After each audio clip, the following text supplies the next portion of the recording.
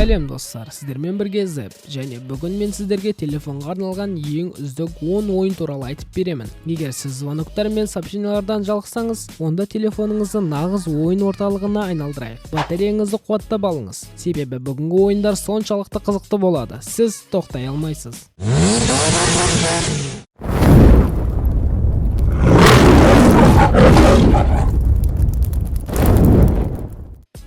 Бірінші ойынымыз Genshin Impact. Бұл ашық әлемі бар керемет RPG. Әдемі графикасы мен қызықты жайғастары бар. Егер сіз аниме жанкүйері болсаңыз және керемет оқиғаларды ұнатсаңыз, бұл ойын дәл сізге арналған. Бұл ойында сіз көптеген континенттерді аралай аласыз, бірақ дивандағы саяхатшы екеніңізді ұмытпаңыз. Exceptions. The enemy of it. Келесі ойынымыз Call of Duty Mobile. Бұл ойын барлық эпикалық атыстарды және адреналинді қалтаңызға алып келеді. Мобильді құрылғыларға арналған классикалық шутер. Керемет графика және қарқынды ойын процесі. Сіздің саусақтарыңыз алдыңғы қатарда соғысып жатқандай сезіледі. Байқап жүріңіз, шынымен де сарбаз болып кетпеңіз. Үшінші ойын, соңғы жылдардың хиті Among Us. Бұл достармен ойнауға арналған тамаша ойын. Мұнда сатқынды анықтау керек. Қызықты әрі бір шама шиеленісті. Бұл ойын сенімділікке ешқашан толық сене алмайтын адамдарға арналған. Өйткені мұнда бәрі сатқын болуы мүмкін.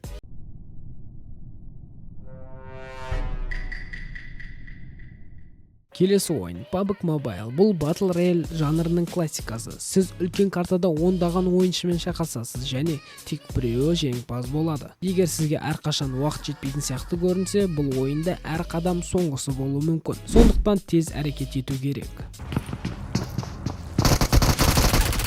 Бесінші ойынымыз Clash of Royale. Егер сізге стратегиялар мен бірін-біріне қарсы күресу ұнаса, бұл ойын дәл сізге арналған. Әскер жинап, тактикаларды құрып, ареналарды басып алыңыз. Бұл ойында 3 минутта жеңіске жетуге болады. Бірақ кейде сол 3 минут сіздің өміріңіздегі ең ұзақ уақыт сияқты көрінуі мүмкін. Келесі ойын Asphalt 9 Legends. Егер сіз жылдамдық пен әдемі көліктерді жақсы көрсеңіз, бұл ойын сізге арналған. Бұл мобильді құрылғылардың ең жақсы жарыс симуляторларының бірі. Бұл ойында нағыз шабандоз сияқты сезінуге болады. Бірақ шынайы өмірде жолда бұндай маневрлерді жасамаған дұрыс.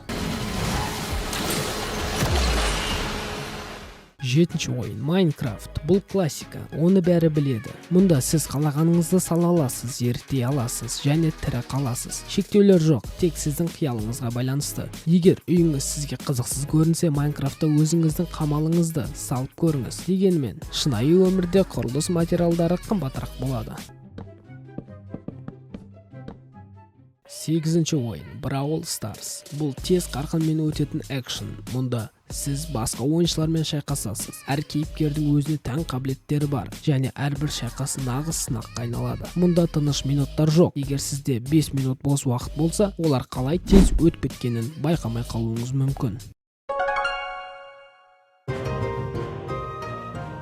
9-ші ойын Subway Surfers. Бұл классикалық раннер. Онда сіз темір жол бойымен күзетшіден қашып, вагондардан секіріп, пойыздардан аулақ боласыз. Егер сізге жүгіру қызықсыз болып көрінсе, Subway Surfers ойнағаннан кейін нақты өмірде жүгіру әлдеқайда оңай болып көрінеді.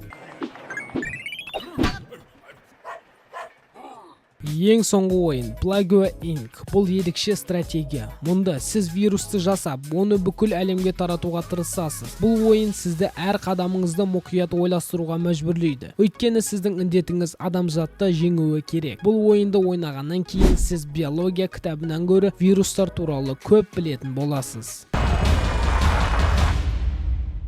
Міне, сіздерге бүгін көрсеткен ойындар осылар. Сіздерге ұнаған бірдеңе таптым деп үміттенемін. Комментарийге қай ойындарды ойнағандарыңызды және қайсысын жүктеп алуға дайындалып жатқандарыңызды жазыңыздар. Жаңа шығарылымды жіберіп алмау үшін арнаға жазылып қойыңыз. Телефоныңызда енді ойындарға толы болса, бұл менің кінәм емес. Келесі бейнеде көріскенше.